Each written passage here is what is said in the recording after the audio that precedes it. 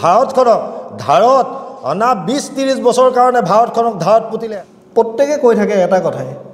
যে 70 বছৰে কংগ্ৰেছে ৰাজত্ব কৰিলে তেওঁলোকে যিখিনি বৰ্তমানলৈকে কৰা নাই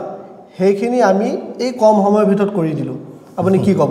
কংগ্ৰেছে যদি একো কৰাই নাই কংগ্ৰেছৰ সম্পত্তিবিলাক কিয় বিক্ৰী কৰি আছে যে তেওঁলোকে বহুত কৈছো ঢোল মৃদং যে বজাইছে কৰিবলগীয়াখিনি কৰিছে নে ওপৰতে ৰংচঙীয়া ভিতৰতে পুৰা বাতৰি তেনেকুৱা কৰিছে আপুনি অকল সমৰ্থন কৰি আছে কংগ্ৰেছ চৰকাৰকে আপুনি এনেকুৱা ক'ব বিচাৰিছে নেকি যে বিজেপি একোৱে কৰা নাই কেলে নাই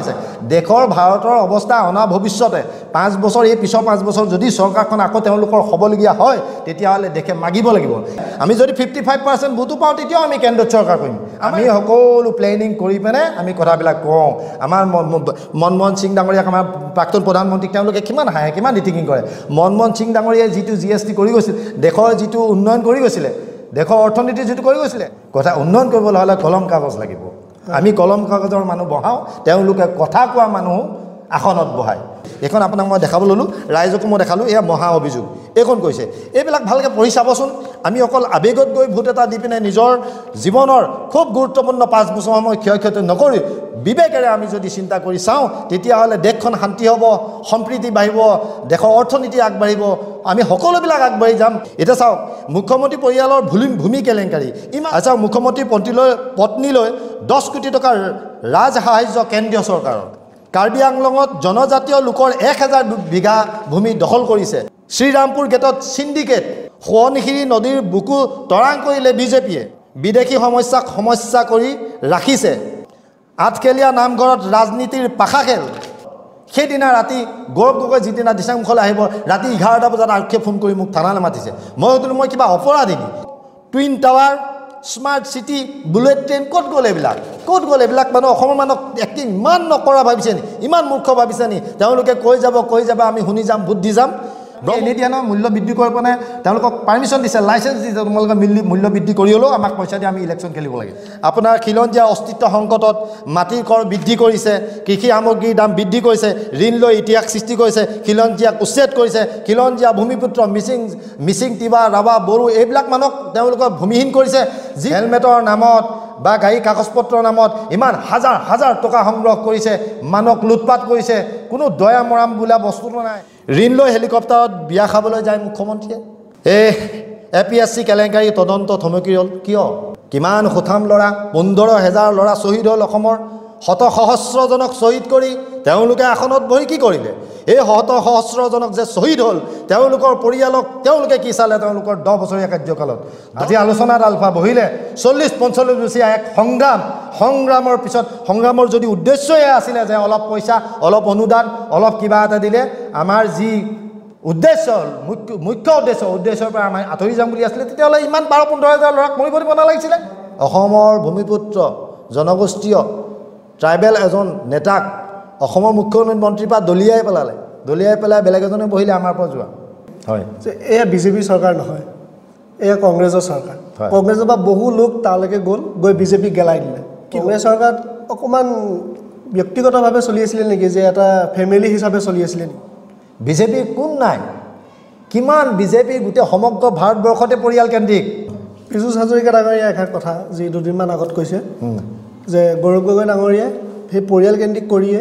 যে তেওঁলোকক দলিয়াই দিছিলে বুলি কৈছে মানে অতৰাই দিছে বোলে দিচাংমুখলৈ গৌৰৱ গগৈক 2011-12 চনত লৈ আহিছিলে মোৰ ওচৰলৈ কেইজন ব্যক্তিয়ে অকণ ফুৰাই দিব ক'লে আপুনি যিমানখিনি কথা কৈ গ'ল এইখিনি কথা একদম হলহলীয়া কৰি তেখেতে কৈ গৈছিলে যি এনেই অকণমান কথা ক'বলৈ গ'লে বহুত লাগি ধৰে যি সকলোৱে ধনুদা বুলিও জানে তেখেতৰ কথা কি ক'ব অকণমানলৈকে যেনিবা কিবা কাৰণত আকৌ গাড়ী পাই গ'ল আকৌ একে হ'ব নেকি আপোনালোকে এই 10 বছৰে ইয়াত এটাও পকী ঘৰ বিজেপিয়ে নাই দিয়া নেকি আমাৰ যিবিলাক নেতাৰ পৰা ভুল হৈছিলে প্ৰায়বিলাক নেতা বিজেপিলৈ গুচি গ'ল তেওঁলোক আমাৰ মাজত নাই সকলোকে সৰ্বপ্ৰথমে নমস্কাৰ জ্ঞাপন কৰিলোঁ লগতে আপোনাকো নমস্কাৰ জ্ঞাপন কৰিলোঁ আৰু মোৰ এই যি চেনেললৈ আপোনাক স্বাগতম জনালোঁ ধন্যবাদ আৰু মূল যিটো বিষয় প্ৰথমতে অকণমান আপোনাক কৈ দিব বিচাৰিম মূল বিষয় হৈছে যে 2024 চনৰ যি MP ইলেকশ্যন সেই ইলেকশ্যনক লৈ আজি আমি সেই ইলেকশ্যনৰ বিষয়লৈ কিছু কথা পাতিম তাৰ আগতে মই আপোনালোকক তেখেতৰ বিষয়ে অকণমান কৈ দিব বিচাৰিম এইজন যি আমাৰ মাজত আছে অতিথি এজন হৈছে আমাৰ মুস্তাফা খান্দা তেখেতক পুনৰবাৰ মোৰ চেনেললৈ স্বাগতম জনালোঁ আৰু সক্ৰিয় কৰ্মী হিচাপে কংগ্ৰেছৰ তেখেতৰ ওচৰলৈকে যি আহিলোঁ আৰু যি তেখেত হৈছে কংগ্ৰেছ শিৱসাগৰ জিলাৰ সাধাৰণ সম্পাদক। লোকসভা সমষ্টিত দুজন বিশেষ ব্যক্তি বহুত চৰ্চিত হৈ আছে, এজন হৈছে গৌৰৱ গগৈ আৰু এজন হৈছে তপন কুমাৰ গগৈ। দুজন ব্যক্তিৰ হিচাপে আপুনি দুজনৰ ব্যক্তিত্ব হিচাপে আপুনি কি ক'ব? নিশ্চয় ধন্যবাদ। মই আপোনালোকক প্ৰথম কথাটো ক'ব বিচাৰিছোঁ, মই তপন গগৈকে কওঁ। তপন গগৈ সকলোৱে আমি জানো, তেখেত এজন ছাত্ৰ নেতা আছিলে, আছুৰ পৰা তেখেত গৈছিলে। এজন ছাত্ৰ নেতা আছুৰ পৰা যেতিয়া তেওঁ সাংসদ হিচাপে নিৰ্বাচিত হৈছিলে, তেখেতৰ দায়িত্ব কি আছিলে? অসমৰ উত্তৰ পূৰ্বাঞ্চলৰ প্ৰতি তেওঁ যিবিলাক জাতীয়তাবোধ চেতনা থকা যিবিলাক আমাৰ ইছ্যু আছিলে সেইবিলাক সন্মুখলৈ অনা। কিন্তু তেখেতে যেতিয়া দিল্লীলৈ গ'ল,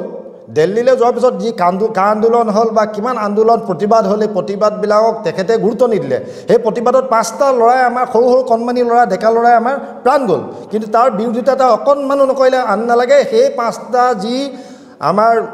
ল'ৰা শ্বহীদ হ'ল, এই শ্বহীদ পৰিয়ালত গৈ খবৰ এটাও নকৰিলে আৰু চৰকাৰীভাৱে তেওঁলোকে কোনো এটা তেওঁলোকক অনুদান বা কিবা এটা এককালীন সাহায্য দিয়াৰ ব্যৱস্থা নকৰিলে। সেইটোতে বুজা যায় যে তেওঁলোকে যদিও ছাত্ৰ সংগঠন আছিলে, কিন্তু আজি এতিয়া ব্যক্তিগত স্বাৰ্থত তেওঁলোকে ব্যস্ত। বহুতে কৈ আছে যে গৌৰৱ গগৈ আৰু তপন গগৈ দুইজনক মাজত মিলাই কৈছে যে হেভি ৱেইট যদি বয়সত আৰু তেওঁ ওজনত হেভি ৱেইট হ'ব পাৰে, কিন্তু তেখেতৰ লগত যদি ব্যক্তিত্বটো ৰিজাই চায়, তেতিয়া ব্যক্তিত্ব হিচাপে কিন্তু তপন গগৈ তেখেতৰ লগত হেভি ৱেইট বুলি কোৱা নাযায়। কাৰণ যদি তেখেত হেভি ৱেইটে হয়, তেতিয়াহ'লে অসমৰ সকলো বিভাগীয় মন্ত্ৰী, মুখ্যমন্ত্ৰী, কেন্দ্ৰীয় ভাৰত চৰকাৰ প্ৰধানমন্ত্ৰী, গৃহমন্ত্ৰীও আহিব, তেওঁলোকৰ সকলোবিলাক আহি বাহৰ পাতি যোৰহাট লোকসভা সমষ্টিত থাকিব নালাগিলেহেঁতেন। মোৰ ঘৰ দিচাংমুখত অনিষ্ট জনজাতি অঞ্চল এটা, অধ্যুষিত অঞ্চল। এই অঞ্চলত যোৱাকালি পীযুষ হাজৰিকা ডাঙৰীয়া আহিছিলে, আপোনালোকে আমাৰ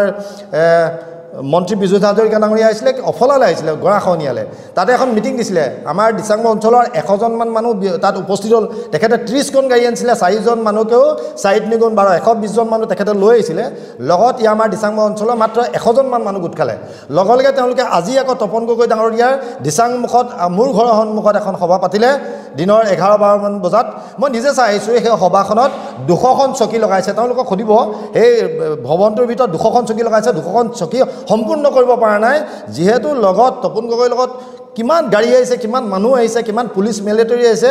ভিৰ কৰিও কিন্তু তেখেতে বিক্ৰম ভৱনটো ফুল কৰিব নোৱাৰিলে। তাৰ তুলনামূলকভাৱে আজি 10 দিনমানৰ আগত আমাৰ গৌৰৱ গগৈ আহিছিলে, একে স্থানত আহিছিলে, হাজাৰ ব্যক্তিৰ উপস্থিতিত দিচাংমুখৰ বজাৰ বন্ধ হৈ গৈছিলে, এনেকুৱা এটা পৰিৱেশ সৃষ্টি হৈছিলে। ইয়াতে বুজা যায় তেওঁলোকে আৰু বহুত দুইজনৰ ভিতৰত ৰিজাৰ্ভ বিচাৰিছে। মই আপোনালোকক কওঁ, গৌৰৱ গগৈ ডাঙৰীয়া মাত্ৰ 41 বছৰ বয়স। একে যদি আপুনি চাবলৈ যায়, তেতিয়াহ'লে তপন গগৈ ডাঙৰ 54 বছৰ বয়স। আৰু যদি চাবলৈ যায়, তেখেতে প্ৰশ্ন উত্তৰ শিতানত 244টা প্ৰশ্ন উত্তৰত ভাগ লৈছে। আৰু তুলনামূলকভাৱে কিন্তু 10টা প্ৰশ্ন উত্তৰতহে সাহস দলৰ হৈ তেখেতে 10টা প্ৰশ্নই কৰিছে সদনত। আমাৰ এজন সাংসদক নিৰ্বাচন কৰা হয়, সাংসদজনৰ কাম হ'ল সদনত প্ৰশ্ন উত্থাপন কৰা, তেওঁলোকৰ যিবিলাক ধৰক বিধেয়ক পাছ কৰিব লাগে, বিধেয়কত তেখেতে আৰু লগতে যিবিলাক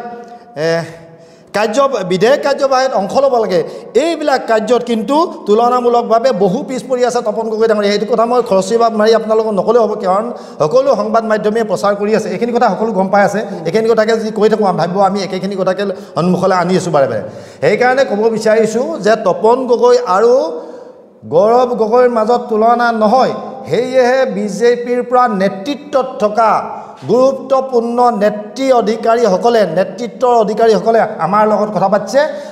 আমি তেওঁলোকৰ লগত কথা পাতিছোঁ। তেওঁলোকে কৈছে আমি সমৰ্থন জনাম, আমি বিজেপি হৈ থাকিম, কিন্তু গৌৰৱ গগৈ কংগ্ৰেছী বুলি নহয়, এজন ব্যক্তিত্ব হিচাপে, এজন কণ্ঠ হিচাপে, এজন শিক্ষিত, এজন কৰ্ম দক্ষ থকা এজন ল'ৰা হিচাপে, উদ্যমী ল'ৰা হিচাপে, সাহসী ল'ৰা হিচাপে, অসমৰ এজন গৌৰৱ সাহসী ল'ৰা হিচাপে তেখেতক আমি সদনত মাত মতাটো বিচাৰিছোঁ। সেয়েহে আমি গৌৰৱ গগৈ ডাঙৰীয়াক দিল্লীত দেখিব বিচাৰিছোঁ। এতিয়া আপুনি ক'ব বিচাৰিছে যে কোনো কংগ্ৰেছ বা বিজেপি বুলি কথা নাই, ব্যক্তিত্ব হিচাপে বিজেপি মানেও তেখেতক হয়, আমাৰ উমৈহতীয়া প্ৰাৰ্থী সকলো সহায় কৰাৰ লগতে বিজেপিও আমাক সমৰ্থন জনাইছে, সহায় কৰিছে। সেইটো আমি এতিয়া কোৱা কথা নহয়, আপোনালোকে যেতিয়া ৰিজাল্ট ওলাব, ৰিজাল্টত আপোনালোকে দেখিব যে সমৰ্থন কোনে জনালে, কিমানে জনালে, কোন ক'ৰ পৰা আমি কিমান ভোট পালোঁ। তেওঁলোকে এনেকুৱা অৱস্থা হৈ গ'ল তেওঁলোকে অনুসূচিত জাতি জনজাতি পঞ্চায়তবিলাকত মণ্ডলবিলাকত গৈ সোমাই তাত ঘৰে ঘৰে গৈ প্ৰলোভন দি তাৰ যিবিলাক জনগোষ্ঠীয় সংগঠন কিছুমানৰ লগত লগ হৈ টকা পইচা দি তেখেতলোকে মানুহবিলাকক ব্ৰেইনত বেলেগ কিছুমান বস্তু ভৰাই তেখেতলোকে ভোট আনিব বিচাৰিছে যিহেতু তেখেতলোক OBC বা জেনেৰেল হাই কাষ্টৰ মানুহবিলাকে তেখেতলোকৰ পৰা আঁতৰি যোৱাৰ কাৰণে তেখেতলোকে অনুসূচিত জাতি জনজাতি অঞ্চলবিলাকত সোমায় আৰু বাগানীয়া অঞ্চলবিলাকত সোমায় বা হিন্দীভাষী অঞ্চলবিলাকত সোমায় বা আমাৰ হিন্দু বাঙালী অসমৰ যিসকল আছে যোৰহাট লোকসভা সমষ্টিত তেওঁলোকৰ প্ৰায় 1,05,000 হিন্দু বাঙালী আছে বা 85,000 আমাৰ হিন্দীভাষী আছে হিন্দী স্পিকিং আছে তেওঁলোকৰ ওচৰত সোমাই তেওঁলোকে ভাবিছে আমাৰ ক্ষয় ক্ষতিটো কম নহওক আমি ক্ষয় ক্ষতিটো বচাই সন্মান বচাবৰ কাৰণে সন্মানৰ যুঁজত লাগিছে জিকাটো নহয় মাত্ৰ সন্মানৰ যুঁজত অসমৰ মুখ্যমন্ত্ৰী আৰু দেশৰ প্ৰধানমন্ত্ৰী গৃহমন্ত্ৰী সকলো সন্মানৰ যুঁজত লাগিছে গৌৰৱ গগৈক হৰুৱাটো ইমান সহজ নহয় সকলোৱে মৰম কৰিছে সকলোৱে শ্ৰদ্ধা কৰিছে আপুনি চাব মঞ্চ এখনত যেতিয়া নামে কোনোবা এখন সভাত নামে সকলোৱে সাৱটি ধৰে মৰম কৰে চুমা খায় গাত মোহাৰি দিয়ে তৰুণ গগৈ চামৰ নামত কোনোবাই মৰম কৰিছে কোনোবাই আশীৰ্বাদ কৰিছে কোনোবাই চুমা খাইছে মৰমত তেখেতক সকলোৱে দিল্লীত বিচাৰিছে হয় এই মাধ্যমৰ যোগেদি মই প্ৰথমতে এষাৰ কথা কৈ দিব বিচাৰিম যে এই মাধ্যমৰ যোগেৰে মই নকওঁ যে আপোনালোকে কংগ্ৰেছক ভোট দিয়ক বা বিজেপিক ভোট দিয়ক বা এইজনক ভোট দিয়ক বা সেইজনক ভোট দিয়ক মই এই মাধ্যমৰ যোগেদি আপোনালোকৰ আৰু এই যি কথা বতৰাবিলাক আগবঢ়াই আছোঁ এই কথা বতৰাৰ মাজেৰে আপোনালোকে গম পাব যে কাক আপোনালোকে ভোট দিলে ভাল হয় আপোনালোকৰ বিবেকৰ ভোট আপোনালোকে বিবেকৰ সৈতে ভোট দিব সেয়াই যি এক প্ৰয়াস আপোনালোকৰ আগলৈ আগবঢ়াইছোঁ যে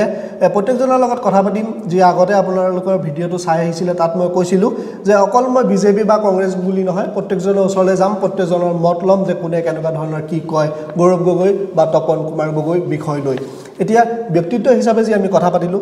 আপুনি পোনপটীয়াকৈ ক'ব বিচাৰিছে যে গৌৰৱ গগৈ মানে সকলো জাতি জনগোষ্ঠী সকলো শ্ৰেণীৰ মানুহে গৌৰৱ গগৈক বিচাৰিছে হয় আপোনালোকেও কি বিচাৰিছে যদি পাৰে আপোনালোকে কমেণ্টত জনাবচোন আমিও গম পাম কোনে কি বিচাৰি আছে বাকী যি আমি ব্যক্তিত্ব হিচাপে কথা পাতিলোঁ এতিয়া আমি অকণমান দল হিচাপে কথা পাতিব বিচাৰিছোঁ মোৰ প্ৰথম আপোনালৈ সোধা প্ৰশ্নটো হৈছে যে বৰ্তমান সময়ছোৱাত যি শাসনতান্ত্ৰিক চৰকাৰ আছে বিজেপিৰ তেওঁলোকে মই আগৰ ভিডিঅ'টো কৈ আহিছোঁ প্ৰত্যেকে কৈ থাকে এটা কথাই যে 70 বছৰে কংগ্ৰেছে ৰাজত্ব কৰিলে তেওঁলোকে যিখিনি বৰ্তমানলৈকে কৰা নাই সেইখিনি আমি এই কম সময়ৰ ভিতৰত কৰি দিলোঁ আপুনি কি ক'ব 70 বছৰে তেওঁলোকে আচলতে তেওঁলোকৰ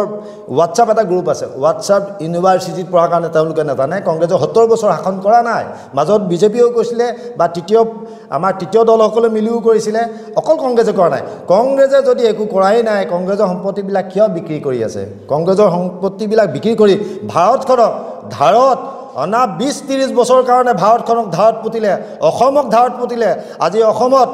চৰকাৰ বচাবৰ কাৰণে তেওঁলোকে আঁচনি দিবৰ কাৰণে অসমক লক্ষ লক্ষ কোটি টকা ধাৰ লৈ অসমক আজি জন্ম হোৱা নিষ্পাপ শিশুটোৰ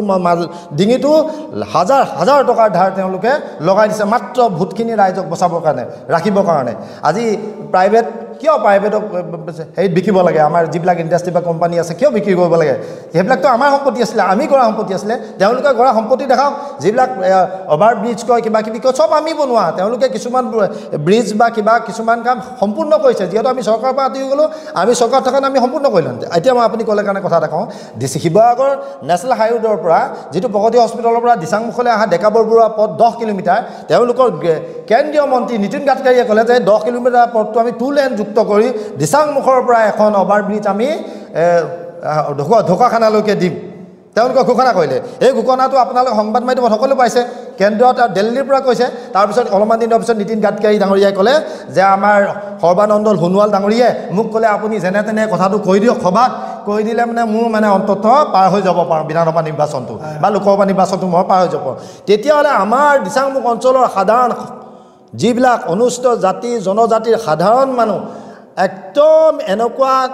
মানুহ যিবিলাকে প্ৰতিটো কথাই সত্য বুলি ভাবে প্ৰতিজন শিক্ষিত মানুহে কোৱা কথাটোক আঁকোৱালি লয় এই তেওঁ সঁচা কথা কৈছে তেওঁ শিক্ষিত মানুহ তেওঁ জামানা মানুহ বা টিভিত ওলোৱা মানুহজনে কোৱা কথাটোৱে সঁচা বুলি ভাবে তেনেকুৱা মানুহখিনি থকাটো কিমান গ্ৰহণযোগ্য তেওঁলোকে অনুষ্ঠিত জাতি জনজাতিৰ কথা কয় দিচাংমুখত ৰাস্তা পদূলি বনোৱাটো বাদ দিয়ক আমাৰ ব্ৰহ্মপুত্ৰ খানি দুই চাইডে বোলে তেওঁলোকে হাইৱে বনাব কৈছিলে ব্ৰহ্মপুত্ৰ খান্দিলে ক'ত খান্দিলে আমাৰ দিচাং নদী শুকাই গ'ল আমি নদী কাষৰীয়া মানুহ নদীয়ে আমাক যদিও সমস্যা কৰে নদীতে আমাৰ আকৌ উপাৰ্জন আছে আজি দিচাং নদীখন শুকাই গ'ল ব্ৰহ্মপুত্ৰ শুকাই গ'ল এতিয়া বাৰিষা এই বহাগ আহিছে বহাগৰ মাহত পানী ভৰ্তি হৈ থাকিব লাগে নদী ফেনে ফুটুকাৰে মেটেকাৰে ভৰ্তি হৈ থাকিব লাগে আজি নদীত পানী নাই এঘিলা পানী নাই এনেকুৱা পৰিস্থিতি হৈছে নদী পানীবিলাক গ'ল ক'লৈ কি কৰিছে তেওঁলোকে আমাৰ এইবিলাক প্ৰাকৃতিক সম্পদ নহয় জানো এই সম্পদবিলাক আজি ধ্বংস হৈ গৈছে তেওঁলোকে এইবিলাকৰ বিষয়ে চিন্তা কৰিছে জানো কিবা এটা কাৰোবাক আঁচনি দি দিলে কাৰোবাৰ সমস্যা সমাধান নহয় আজি মূল্যবৃদ্ধিয়ে কুঙা কৰিছে দেশখন গোটেই ৰাজ্যখন কুঙা কৰিছে আজি যদি এমাহীয়া এটা বজাৰ কৰে এঘৰ মানুহৰ যদি যাৱতীয় খোৱা বজাৰখিনি যদি এমাহত 10,000 টকাত হৈছিলে সেই 10,000টো এতিয়া 20,000 টকাত লাগে 20,000 বিনিময়ত অনুমোদন আমাক 1200 টকা দিয়াটো কি ডাঙৰ কথা নো আমাৰ কংগ্ৰেছ চৰকাৰ আহিলে আমাৰ মেনিফেষ্টত দিছে প্ৰতিগৰাকী মহিলাক 1 লাখ টকাকৈ এবছৰত আমি দিম 1 লাখ টকাকৈ দিম আৰু আমাৰ যিবিলাক ৰাজ্যত চৰকাৰ হৈছে কংগ্ৰেছৰ মিত্ৰজোঁটৰ বা কংগ্ৰেছৰ চৰকাৰ হৈছে তাত আমি যিবিলাক আমি মেনিফেষ্টত দিছিলোঁ প্ৰতিটো কথা আমি পূৰণ কৰিছোঁ কৃষক লোন ৰেহাই দিম কৃষকসকলক আমি কৃষকৰ প্ৰয়োজনীয় যাৱতীয় যিমান সামগ্ৰী আছে GST নলওঁ বা আমি তেনেকুৱা বহুত যিবিলাক ঘোষণা কৰিছোঁ আমি অনুষ্ঠিত জাতি জনজাতিৰ কাৰণে আমি বহুত ঘোষণা কৰিছোঁ যিহেতু অসমখন এখন কৃষি প্ৰধান ৰাজ্য দিচাংমুখ এখন কৃষি প্ৰধান অঞ্চল এই কৃষি প্ৰধান অঞ্চলত কৃষকক আমি যদি সহায় নকৰোঁ তেতিয়াহ'লে আমি চৰকাৰত থাকি কি লাভ আছে তেনেকুৱা চৰকাৰ মই মানে বেয়া পাব নালাগে কথাটো মই কথাটো কৈছোঁ যে তেওঁলোকে বহুত কৈছোঁ ঢোল মৃদং যে বজাইছে কৰিবলগীয়াখিনি কৰিছে নে ওপৰতে ৰংচঙীয়া ভিতৰতে পুৰা বাতৰি তেনেকুৱা কৰিছে হয় তে এই কথাৰ মাজেৰে যি গম পাইছোঁ যে আপুনি অকল সমৰ্থন কৰি আছে কংগ্ৰেছ চৰকাৰকে আপুনি এনেকুৱা ক'ব বিচাৰিছে নেকি যে বিজেপি একোৱে কৰা নাই কেলে নাই কৰা তেওঁলোকে ৰাস্তা পদূলি বনাইছে অনুষ্ঠান প্ৰতিষ্ঠান সজাইছে 10 বছৰীয়া কাৰ্যকালত যিকোনো এখন চৰকাৰ থাকক সি AGP হওক বিজেপি হওক বা ৰাষ্ট্ৰীয় যিকোনো দল হওক বা আঞ্চলিক দল দেশত থাৰ্ড ফ্ৰণ্ট কোনোবাই চৰকাৰ গঠন কৰক তেওঁলোকৰ দায়িত্ব হ'ল যে তেওঁলোকৰ 5 বছৰীয়া কাৰ্যকালত তেওঁলোকে কাম কৰিব লাগিব কাম কৰা মানে উন্নয়ন নুবুজায় এই কামবিলাক কৰবা কৈছে আমাৰ যিমান অনুষ্ঠান আছিলে কংগ্ৰেছে গৈ যোৱা সম্পদবিলাক বিকি কাম কৰিছে তেওঁলোকে উপাৰ্জন কৰিতো কৰা নাই এই কামবিলাক কৰিবৰ কাৰণে যদি তেওঁলোকে নিজে উপাৰ্জন কৰি কাম কৰিব পাৰিলেহেঁতেন তেতিয়া মানিলোহেঁতেন যে তেওঁলোকে কাম কৰিছে আজি ধাৰ লগাই কাম কৰিছে আজি ধৰক মোৰ দেউতাই দি যোৱা মাটি যদি 10 বিঘা আছিলে সেই 10 বিঘা দেউতা ঢুকোৱাৰ পিছত মই মাটিখিনি যদি বিক্ৰী কৰি এটা ঘৰ বনাওঁ গাড়ী কিনো সম্পত্তি অলপ কৰি ৰাহবিলাক কৰি ঘূৰিলোঁ আৰু 2-4 বছৰ পিছত মোৰ সকলো সম্পত্তি শেষ মোৰ দেউতাই দিয়া সম্পত্তিখিনিও শেষ ময়ো শেষ কৰি লাষ্টত কি হ'ল মোৰ ফফৰিফং ৰাস্তাৰ কাষে কাষে ঘূৰিব লাগিব মাগিব লাগিব পৃথিৱীত তেনেকুৱা বহুত ঘটনা হৈছে দেশৰ ভাৰতৰ অৱস্থা অনা ভৱিষ্যতে 5 বছৰ এই পিছৰ 5 বছৰ যদি চৰকাৰখন আকৌ তেওঁলোকৰ হ'বলগীয়া হয় তেতিয়াহ'লে দেশে মাগিব লাগিব কিন্তু চৰকাৰ হ'ব বুলি মই এইটো কাৰণে নকওঁ যিহেতু আমি বিৰোধী ঐক্যৰ 62% ভোট আৰু 38% হ'ল NDAৰ ভোট আমাৰ ইণ্ডিয়াৰ ভোট 62% আৰু তেওঁলোকৰ ভোট হ'ল 38% আমাক যদি মিত্ৰতা কৰাৰ কাৰণে MP সিট বহুতে নোপোৱাৰ কাৰণে আমাৰ পৰা যদি আঁতৰিও গুচি যায় আমি যদি 55% ভোটো পাওঁ তেতিয়াও আমি কেন্দ্ৰত চৰকাৰ কৰিম আমাৰ মিত্ৰজোঁটৰ চৰকাৰ হ'ব আৰু আমি যেতিয়া চৰকাৰ হ'ব আমি তেওঁলোকে যিমানবিলাক অন্যায় কৰিলে সেইবিলাক আকৌ আমি পূৰণ কৰিব লাগিব যিমান ধাৰ ল'লে সেইবিলাক পূৰণ কৰিব লাগিব ক্ষয় ক্ষতিবিলাক পূৰণ কৰিব লাগিব আমাৰ মেনিফেষ্টত 30 লাখ চাকৰি কেন্দ্ৰ চৰকাৰে দিম বুলি ঘোষণা কৰিছে 30 লাখ চাকৰি দিলে কেন্দ্ৰ চৰকাৰৰ চাকৰি অসমেও 70-80 হাজাৰ আমি চাকৰি পাম আমাৰ কথাবিলাক আমি এনেই ক'ব লাগে বুলি কৈ দিবলৈ কাৰণে নকওঁ আমি সকলো প্লেনিং কৰি পেনে আমি কথাবিলাক কওঁ আমাৰ মনমোহন সিং ডাঙৰীয়াক আমাৰ প্ৰাক্তন প্ৰধানমন্ত্ৰীক তেওঁলোকে কিমান হাঁহে কিমান ৰিটিকিং কৰে মনমোহন সিং ডাঙৰীয়াই যিটো GST কৰি গৈছিল দেশৰ যিটো উন্নয়ন কৰি গৈছিলে দেশৰ অৰ্থনীতি যিটো কৰি গৈছিলে সেই অৰ্থনীতি তেওঁলোকে ধৰি ৰাখিব নোৱাৰিলে সেইটোৱে ভাঙি পেলালে মানুহ কথা ক'ব পাৰিলে বুলিয়েই বহুত কাম কৰিব পাৰে বুলি ধৰিব নোৱাৰি শিক্ষিত মানুহ বহুত মানুহ আছে একো নোকোৱাকৈ নিজৰ কলমটো মাৰিয়ে বহুত কৰিব পাৰে কোনোবাই বহুত কথা কৈ একো কৰিব নোৱাৰে কথা কৈ হাই কাজিয়া লগাব পাৰিব দেশ যুদ্ধ কৰাব পাৰিব সাম্প্ৰদায়িক সংঘৰ্ষ কৰাব পাৰিব কিন্তু কথাৰে উন্নয়ন কৰিব নোৱাৰে কথা উন্নয়ন কৰিবলৈ হ'লে কলম কাগজ লাগিব আমি কলম কাগজৰ মানুহ বহাওঁ তেওঁলোকে কথা কোৱা মানুহ আসনত বহায় অশিক্ষিত মানুহ মুখ্যমন্ত্ৰী হৈ আছে অশিক্ষিত মানুহ কেন্দ্ৰীয় তেওঁলোকৰ মন্ত্ৰী আছে তেওঁলোকৰ মন্ত্ৰীয়ে ৰেপ কেছত ফচিছে তেওঁলোকৰ মন্ত্ৰীয়ে কিমান অন্যায় অবিচাৰ দুৰ্নীতি ভ্ৰষ্টাচাৰ কৰিছে আমাৰ পৰা এতিয়া চাওক এতিয়া মহা অভিযোগনামা এইখন আমাৰ আহিছে অসম চৰকাৰৰ কাৰণে অসম চৰকাৰৰ কথাখিনি আমি আমাৰ কংগ্ৰেছৰ অসম কংগ্ৰেছে এইখন আমি প্ৰচাৰ কৰিছে এইখন আপোনাক মই দেখাব ল'লোঁ ৰাইজকো মই দেখালোঁ এয়া মহা অভিযোগ এইখন কৈছে এইবিলাক ভালকৈ পঢ়ি চাবচোন আমি অকল আৱেগত গৈ ভোট এটা দি পিনে নিজৰ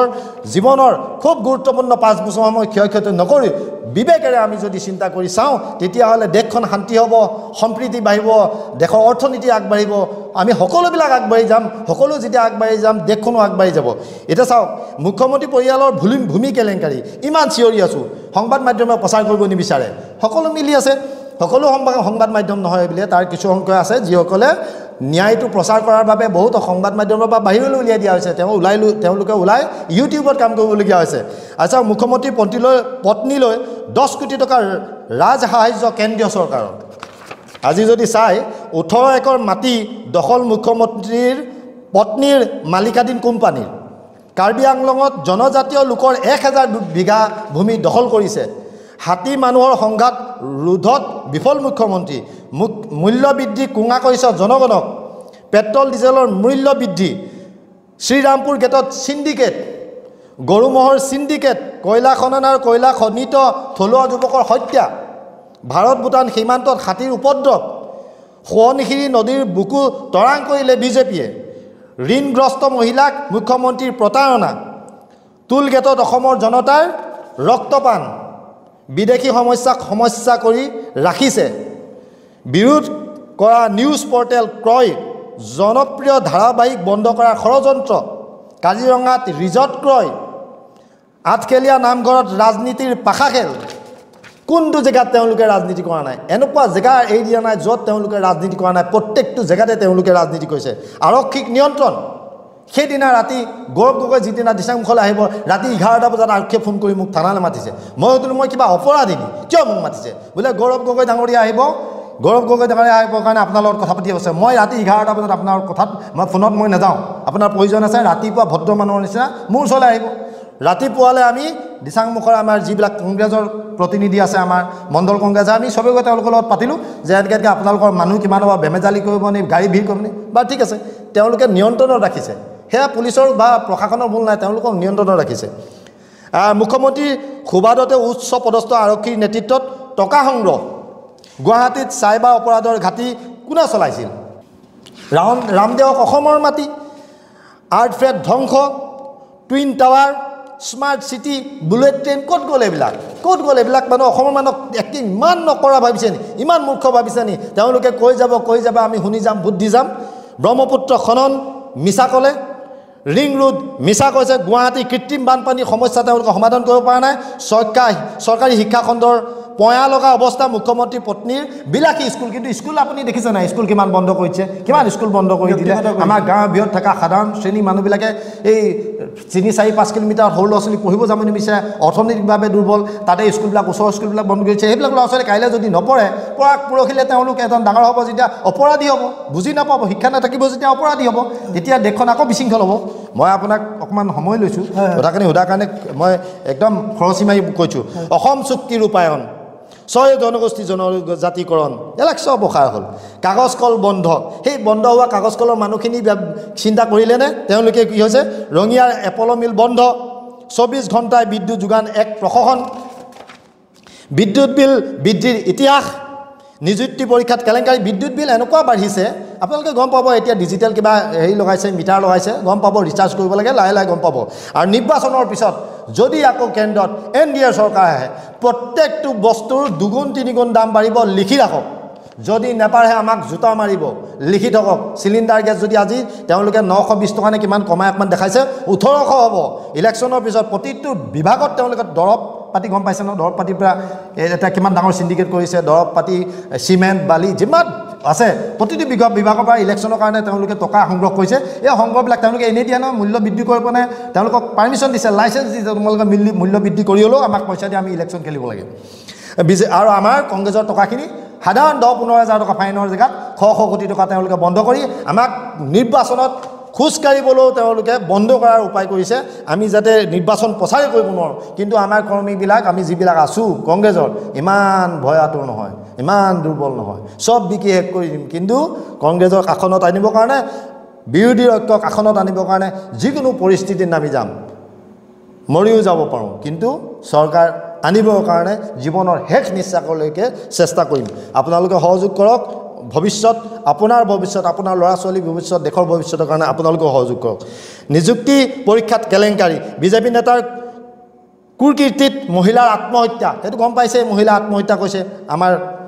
নাৰীজনিত অপৰাধ বৃদ্ধি পাইছে। আপোনাৰ খিলঞ্জীয়া অস্তিত্ব সংকটত মাটিৰ কৰ বৃদ্ধি কৰিছে, কৃষি সামগ্ৰীৰ দাম বৃদ্ধি কৰিছে, ঋণ লৈ ইতিহাস সৃষ্টি কৰিছে, খিলঞ্জীয়াক উচ্ছেদ কৰিছে, খিলঞ্জীয়া ভূমিপুত্ৰ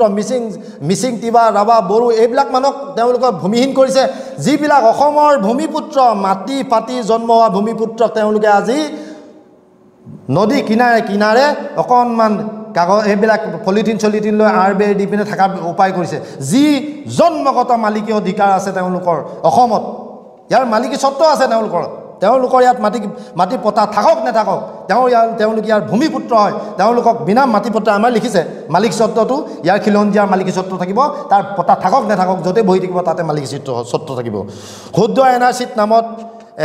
অসমবাসীক প্ৰতাৰণা, বান সাহায্য বিতৰণ নকৰা চৰকাৰ। বান সাহায্য আমাৰ দিচাংমুখ অঞ্চলটো বান বিধ্বস্ত অঞ্চল,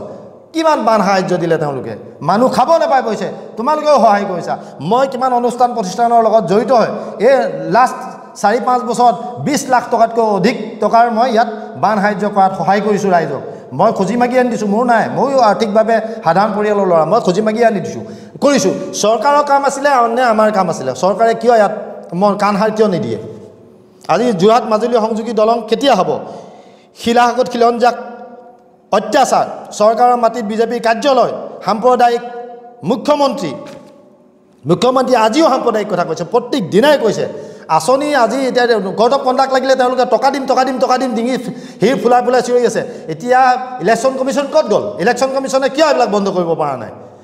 আমাৰ আজি গাঁৱে ভূঞে তেওঁলোকে ইমান ভয় কৰিছে, এনেকুৱা লিফলেট এখন বিলাইছে গাঁৱত ভূঞত, আপোনালোকে আমুক আঁচনি দিম তামুক আঁচনি দিম, ৰাতি মনে ফুচফুচ ঘৰত সোমাই 3-4জন মানুহক প্ৰলোভন দি ভোট ল'ব বিচাৰিছে। ইলেকশ্যন কমিশ্যন ক'ত? বাৰু শিৱসাগৰ ইলেকশ্যন মই DC ছাৰক ফোন কৰিলোঁ। DC ছাৰক ফোন কৰাৰ লগে লগে তেওঁলোকৰ বিভাগীয় BDO কিবা মেজিষ্ট্ৰেট কোনোবা আছে, ফোন কৰিলে লগে লগে তদন্ত এটা কৰিছে। তদন্তটো দিনতে কৰে বা হয়, তেওঁলোকে কিছুমান তদন্ত আমি নাজানাকৈ কৰি ইয়াত মদ, বিজেপিৰ পঞ্চায়ত প্ৰেচিডেণ্টৰ ঘৰত 11মান মদ ধৰিলে। প্ৰত্যেকটো বিজেপি কৰ্মীৰ ঘৰত যদি তদন্ত কৰে তেতিয়া গম পাব কি আছে, কি হৈ আছে। এতিয়া যদি গাঁওখনত সোমাই দিয়ে, গোটেই গাঁওবিলাকত যদি চৰকাৰী তদন্ত কৰে, প্ৰত্যেক ঘৰ মানুহতে 2জন মানুহ সোমাই আছে, তেওঁলোকে প্ৰলোভন দিছে, মদ দিছে বা কিবা এটা তেওঁলোকে কৰি আছে যদি তদন্ত কৰে। মুকলি আকাশৰ তলত মই আপোনাক কৈ গ'লো নহয়, খিলঞ্জীয়া আজি ঘূৰি ফুৰিছে, বাটে পথে দৰ বদৰ তেওঁলোকে ঘূৰি ফুৰিবলগীয়া হৈছে, মাগি খুজি খাবলগীয়াত পৰিণত হৈছে। আকাশত উৰাৰ নামত ৰাজকোষৰ ধন, তেওঁ হেলিকপ্টাৰ লৈ ৰাজকোষৰ ধন যিবিলাক ধাৰ ধুৰ কৰি আনি লোন লৈ তেওঁ হেলিকপ্টাৰত ঘূৰিছে আৰু অহংকাৰী কথা, দম্ভ কথা কয় আৰু ধাৰ লয়। ধাৰুৱা মানুহে দম্ভ কথা ক'ব নালাগে নহয়, ধাৰুৱা মানুহে দম্ভ কথা কয় জানো? তেওঁ দম্ভ কথা কয়। বিদ্যুৎ খণ্ডক ব্যক্তিগতকৰণ কৰিলে। আপোনালোকে গম পাইছে, ডিজিটেল যিটো এইটো মিটাৰ লগাইছে, কাক দিছে? BSNL আজি বন্ধ কৰিলে, সেইবিলাক এটা কোম্পানীক দিছে। এইবিলাক মোটা অংকত টকা লৈছে। আজি হেলমেট পিন্ধিবলৈ কৈছে, ভাল কথা, হেলমেট 2টা পিন্ধিব লাগে। হেলমেটৰ নামত বা গাড়ী কাগজ পত্ৰৰ নামত ইমান হাজাৰ টকা সংগ্ৰহ কৰিছে, মানুহক লুটপাট কৰিছে, কোনো দয়া মৰাম বোলা বস্তুটো নাই। তেওঁলোকে ইমান সংগ্ৰহ কৰিছে, কিয় কৰিছে? কিয় দেশৰ জনসাধাৰণক ইমান অত্যাচাৰ কৰিছে? আজি মন পচন্দৰ ঠিকাদাৰক ৰামৰাজ তেওঁলোকক পূৰা ঠিকা কণ্ট্ৰেক্ট দিছে, যিবিলাকে পাৰ্চেণ্টেজ আছে নহয়, পাৰ্চেণ্টেজ যোনে দিব পাইছে তেওঁলোকক দিছে। এলাগী অসমৰ পুৰোহিত, অসমৰ জন্তু দিয়া হৈছে মুকেশ আম্বানীক, অসমৰ জনমূৰিয়াই শ্বাস কৰিছে, জটিল হৈ পৰিছে ৰাজ্যিক সীমা সমস্যা, জনপ্ৰতিনিধি ক্ৰয় কৰাত মুখ্যমন্ত্ৰী। আজি আমাৰ যোৰহাট লোকসভা সমষ্টিৰ পৰা আপোনালোকে জানে, এই অলপমান দিনৰ আগত কিছুমান প্ৰতিনিধি তেওঁলোকলৈ গৈছে। কিয় গৈছে, কেলৈ গ'ল? এইবিলাক তদন্ত কৰিব, চাব ভালকৈ, এইবিলাক চালে গম পাব। সেইসকলৰ কথাও ক'ব পাৰোঁ, মোৰ ব্যক্তিগতভাৱে সেইসকলে মোৰ লগতো কথা পাতিছিলে, মই ক'ব পাৰোঁ, কিন্তু আজি কেমেৰাৰ আগত নকওঁ। এদিন ভাল আছিলোঁ, আজি বেয়া হ'লোঁ বুলি তেওঁলোকৰ বেয়াটো, তেওঁলোকৰ যিবিলাক দুৰ্বলতা কৈ নিদিওঁ, থাকক, তাত কিবা ৰজা হ'ব পাৰিলেও হওক, কিন্তু অসমৰ ৰাইজে চিনাকি ৰাখিব তেওঁলোকক। খহনীয়া ৰোধত বিফল। আমাৰ দিচাংমুখ অঞ্চলত প্ৰতি বছৰ বানপানীত কমেও 30-40-50 মিটাৰকৈ সোমাই আহিছে। গাঁওখন ক্ৰমান্বয়ে মিচিং জনগোষ্ঠীয় অঞ্চলবিলাক চব পানীৰ মাজত গুচি গ'ল। মানুহবিলাক বেদেলি হৈ য'ত ত'ত বহি আছে চৰকাৰী মাটিত। কাইলৈ এইবিলাক মানুহ তাৰ পৰা উচ্ছেদ কৰি দিব, ক'ত যাব? ইয়াৰ ভূমিপুত্ৰ হয়। আজি কাইলৈ তেওঁলোক বিনাচৰীয়া হ'ব, তেওঁলোক বিদেশীত পৰিণত হ'ব। আজি ডিব্ৰু চৌখোৱাৰ মিচিং পৰিয়ালক প্ৰবঞ্চনা কৰিছে। মিচিং জনগোষ্ঠী অসমৰ 2য় সৰ্বাধিক তেওঁলোক জনগোষ্ঠী হয়, ইয়াৰ খিলঞ্জীয়া ভূমিপুত্ৰ হয়। মোৰ গাঁও মিচিং গাঁৱত মই বেয়া পাওঁ, দুখ পাওঁ। আজি তাৰ কাৰণে চৰকাৰী দায়ী নহয়নে? কোন দায়ী তাৰ কাৰণে? জনগোষ্ঠীয় প্ৰবঞ্চনা কৰিছে। চাহ জনগোষ্ঠীক প্ৰবঞ্চনা কৰিছে 551 টকা কৈ মজুৰি কৰিলে নাই তেওঁলোকে 10 বছৰে কিয় কৰিব নোৱাৰিলে চাহ জনগোষ্ঠীৰ প্ৰতিনিধি ডিব্ৰুগড়ৰ পৰা লোকসভাৰ পৰা তেওঁলোকে গুচাই দিছে এজন ফুটবল এজন আছে কৈছে ন অখিল গগৈ ডাঙৰীয়া ফুটবল এজন আছে তেওঁ এতিয়া কাজিৰঙালৈ পঠিয়ালে তেওঁ ফুটবল খেলি থাকে SES IPS IASক মুখ্যমন্ত্ৰী পৰিয়ালৰ কামত নিয়োগ কৰিছে চাওক আমি এইবিলাক পঢ়িব লাগে এইবিলাক যে উলিয়াইছে পঢ়িব লাগে অসম চুক্তিৰ 6 নং দফা কি হ'ল তাৰ বিষয়ে কি আলোচনা হ'ল ৰাজহুৱা উদ্যোগ নীতি ধ্বংস কৰিছে জনজাতীয় সমাজৰ উন্নয়নৰ বাবে শূন্য চিন্তা কৰিছে তেওঁলোকে মদৰ দোকান খুলি বন্ধ স্কুল বন্ধ কৰিছে পুথিভঁৰাল মদৰ দোকান ইমান লাইসেন্স দিছে আৰু স্কুল বন্ধ কৰিছে চাওক ভালকৈ ভাবি চাব আপোনাৰ ল'ৰাটোৰ আপোনাৰ ছোৱালীজনীৰ ভৱিষ্যত কথা আছে আমি যিবিলাক সাধাৰণ শ্ৰেণী মানুহ খুব ভাবিব লাগে আমাক অকণমান মদ অকণ খুৱাই অকণমান প্ৰলোভন দি আমি যাতে জীৱনৰ গুৰুত্বপূৰ্ণ সময় 10 ছেকেণ্ডত টিপা এটা টিপত আমি ইচ্ছা কৰিলে চৰকাৰ বদলাবও পাৰোঁ এই গণতন্ত্ৰ হয় ইচ্ছা কৰিলে চৰকাৰ ৰাখিবও পাৰোঁ সকলো ৰাইজৰ হাতত সেইকাৰণে ৰাইজলৈ অনুৰোধ কৰিলোঁ অলপ চাই চিতি আমি যাতে ভোট দিয়া দিনাখন বিবেকেৰে ভোটটো কৰোঁ মই কোৱা নাই কংগ্ৰেছক কৰক বিবেকেৰে ভোট কৰোঁ ঋণ লৈ হেলিকপ্টাৰত বিয়া খাবলৈ যায় মুখ্যমন্ত্ৰীয়ে ঋণ লৈ লাজ নাপায় লাজ নাই পোৱা নি তেওঁ ঋণ লৈ পিনে আমাৰ ৰাইজক ঋণত ডুবুৱাই তেওঁ বিয়া খায় হেলিকপ্টাৰ লৈ ইলেক্ট্ৰল বণ্ডেৰে ভোট কৰে বিজেপিৰ ইলেক্ট্ৰল বণ্ডৰটো কথা গম পাইছে সকলো মূল্য বৃদ্ধি কৰিছে চব টকা লৈছে কোম্পানীবিলাকৰ টকা লৈছে ইলেকশ্যন খেলিব লাগে কাৰণ বিজেপিক মানুহে পোনপটীয়াকৈ এতিয়া ভোট নিদিয়ে বিজেপি কুকৰ্ম সকলোবিলাক দেখিলে এতিয়া ভোট দৰিদ্ৰ দুৰ্বল শ্ৰেণী অসহায় দুৰ্বল মানুহ যাক মানে পইচা 500 টকা খুব জৰুৰী হয় তেনেকুৱা মানুহজনক 500-1000 টকা দি তেওঁলোকৰ পৰিয়ালৰ ভোটটো ক্ৰয় কৰিছে যিহেতু দৰিদ্ৰ সংখ্যা ভাৰতবৰ্ষত বেছি সেইকাৰণে তেওঁলোকৰ সুবিধা হয় যে দৰিদ্ৰসকলক আমি ওপৰৰ মানুহখিনিয়ে যি কৰে কৰি থাকক দৰিদ্ৰসকলক আমি সদায় দৰিদ্ৰ কৰি ৰাখি তেওঁলোকক অলপ মুখত টুপ এটা যায় চৰাইজনে মাকক ওপৰৰ পৰা টুপ এটা যে পেলাই দিয়ে তেনেকৈ টুপ এটা পেলাই অকণমান খাব দি তেওঁলোকক ভোটটোৰ কাৰণে জীয়াই ৰাখিম আৰু দৰিদ্ৰ কৰি জীয়াই ৰাখিম তেওঁলোকক এলেহুৱা কৰি ঘৰত বহাই ভাত দুটামান খুৱাই জীয়াই ৰাখিম ঘৰতে বহি থাকিব আহিব টিপিব চৰকাৰখন কৰিব চৰকাৰখন কৰাৰ পিছত তেওঁলোকে আকৌ গৈ ঘৰত শুই থাকিব APSC কেলেংকাৰী তদন্ত থমকি ৰ'ল কিয় ৰৈ গ'ল যেতিয়া এটা তদন্ত হয় কিবা এটা যেতিয়া অকণমান আগবাঢ়ে যেতিয়া তদন্তৰ একদম সন্মুখত পাই গৈ তেতিয়া দেখে তেওঁলোকৰ কোনোবা বা অমহিম বহিম কোনোবা জড়িত আছে তেতিয়া সেই তদন্ত সিমানতে থমকি ৰয় মই আপোনাৰ সময় বহুত নলওঁ এতিয়া মই আৰু বহুত ক'বলগীয়া আছিলে আমাৰ বহুত ইয়াত আমাৰ যিবিলাক মেনুফেষ্টো বা অন্যান্য আছিলে এইবিলাকত ক'বলগীয়া আছিলে যিহেতু সময়টো আপোনাৰো কম বহুত সময় নলওঁ ধন্যবাদ মোক ইমানখিনি সময় দিলে আপোনাৰো শুনো মই বহুত কথা ক'লোঁ হয় নাই যি যথেষ্টখিনি আপুনি গুৰুত্বপূৰ্ণ কথাখিনি আপোনালোকৰ আগলৈ তেখেতে আগবঢ়ালে যথেষ্টখিনি আপোনালোকে বুজি পালে কিন্তু মই ইয়াৰ মাজত আৰু দুটামান কথা তেখেতক সুধিব বিচাৰিম তাৰপিছতে এই ভিডিঅ'টো ইমানখিনিতে সমাপ্ত কৰিম হয় যি ইয়াৰ আগত আপোনালোকৰ চৰকাৰ আছিলে হয় সেই সময়ছোৱাটো বৰ্তমান চৰকাৰে আপোনালোকৰ বিষয়লৈ এই ধৰণেই কৈছিলে হয় যে এতিয়া আপোনালোকে যি ধৰণে লিষ্টখন উলিয়াই মেলি ধুনীয়াকৈ কৈ গৈছে তেওঁলোকৰ বিফলতা সেই সময়ছোৱাত আপোনালোকে যেতিয়া গাদীত আছিলে তেতিয়াও তেওঁলোকে আপোনালোকৰ এই বিফলতাসমূহ উলিয়াই তেওঁলোকে কৈছিলে কোৱাৰ পিছত ৰাইজে ভাবিছিলে যে হয় তেওঁলোকে গাদীত আহিলে কিজানি সেইখিনি তেওঁলোকে পূৰণ কৰিব তাৰপিছত তেওঁলোকে গাদীলৈ আহিলে এতিয়া দেখিছে ৰাইজে আগৰ চৰকাৰে কিজানি অকণমান ভাল আছিলে নেকি অনুভৱ অলপ কৰিছে আৰু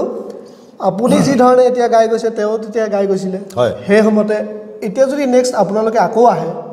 আকৌ একেই হ'ব নেকি নে ৰাইজে এনেকেই থাকিব নেকি আপুনি ভালে প্ৰশ্ন সুধিলে মই এটা উত্তৰটো দিওঁ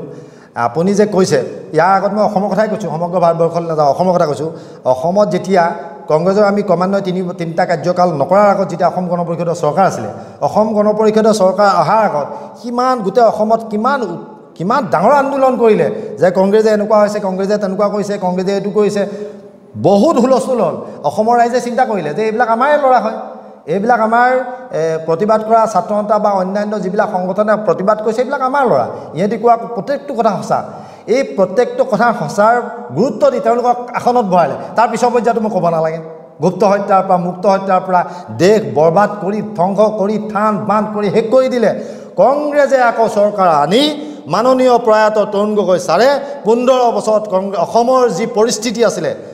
এতিয়া যে মই ইয়াত বহি চিঞৰি কথা কৈ আছোঁ এটা পৰিৱেশ আছিলে সন্ধিয়া যেতিয়া বেলিটো ডুবে তাৰপিছত কোনো ল'ৰা ছোৱালীক বাহিৰলৈ ওলাব নিদিয়ে ছোৱালীবিলাক সন্ধিয়া বাইক এখন ঘুৰুমকৈ কৰিলে ছোৱালীবিলাক পালেঙৰ তলত লুকুৱায় কিয় লুকুৱায় যে আলফাক বিচাৰি আহি অসম সেনাই যাতে আমাক অন্যায় নকৰে কিমান সুঠাম ল'ৰা 15,000 ল'ৰা শ্বহীদ হ'ল অসমৰ শত সহস্ৰজনক শ্বহীদ কৰি তেওঁলোকে আসনত বহি কি কৰিলে এই শত সহস্ৰজনক যে শ্বহীদ হ'ল তেওঁলোকৰ পৰিয়ালক তেওঁলোকে কি চালে তেওঁলোকৰ 10 বছৰীয়া কাৰ্যকালত 10 বছৰীয়া কাৰ্যকালত যদি শ্বহীদ পৰিয়ালবিলাকক তেওঁলোকে চালেহেঁতেন তেতিয়া আমি মানিলোহেঁতেন যে তেওঁলোকে ভাল কাম কৰিছে তেখেতলোকে একো নাচালে আলফাৰ নামত 12,000 15,000 ল'ৰা শ্বহীদ হ'ল এই 12-15,000 ল'ৰাৰ যিবিলাক দায়ী যিবিলাক আলফাত আছে সেইবিলাকে অসম চৰকাৰত আহিলে অসম চৰকাৰত অহাৰ পাছত এই শ্বহীদ পৰিয়ালবিলাকক তেওঁলোকে কি চালে আজি আলোচনাত আলফা বহিলে 40-45 বছৰীয়া এক সংগ্ৰামৰ পিছত সংগ্ৰামৰ যদি উদ্দেশ্যই আছিলে যে অলপ পইচা অলপ অনুদান অলপ কিবা এটা দিলে আমাৰ যি উদ্দেশ্য মুখ্য উদ্দেশ্যৰ পৰা আমাৰ আঁতৰি যাম বুলি আছিলে তেতিয়াহ'লে ইমান 12-15,000 ল'ৰাক মৰিব দিব নালাগিছিলে কোনোবাৰ মাকৰ বুকুৰ এটা সন্তান কাঢ়ি নিলে তাৰপৰা বুঢ়াৰ চাহাৰা এটা ল'ৰাক লৈ গুচি গ'ল কোনোবা কত